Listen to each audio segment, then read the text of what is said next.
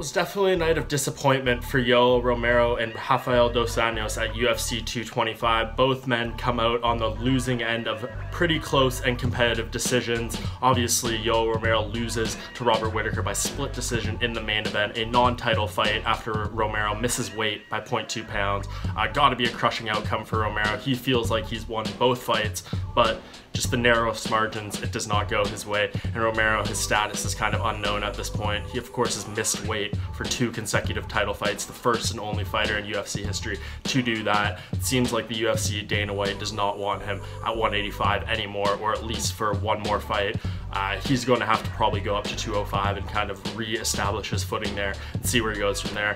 Fortunately for him, that division is extremely thin, and his path to a UFC title at that weight class may be even shorter than it was at 185 at this point after the 2 losses to Whittaker. So I think for Romero, you happily take that opportunity to go up. Dana White expressed pre-fight an interest in him fighting against Alexander Gustafsson. That seems like a absolutely amazing fight, a great #1 contender fight in the 205 division. So absolutely, if you're Romero, you get that opportunity, you absolutely take that. You jump all over it, you fight Gustafsson. If you win, you are right there for a shot at Daniel Cormier's 205 belt. So I think that's kind of what the future holds for Romero at this point. Maybe he can talk to the UFC, get them to change their minds, but at this point I think that's where he goes. And then of course we go to Dos Anjos, who was moving up in weight class a few fights ago, 3-0 coming into this fight at welterweight, and he suffers his first loss in the weight class to Covington at a very crucial time. He falls just short on the scorecards. A very, very close fight going into the final rounds, but Covington managed to take it. Dos Anjos, I think he can very well be a future champion, someone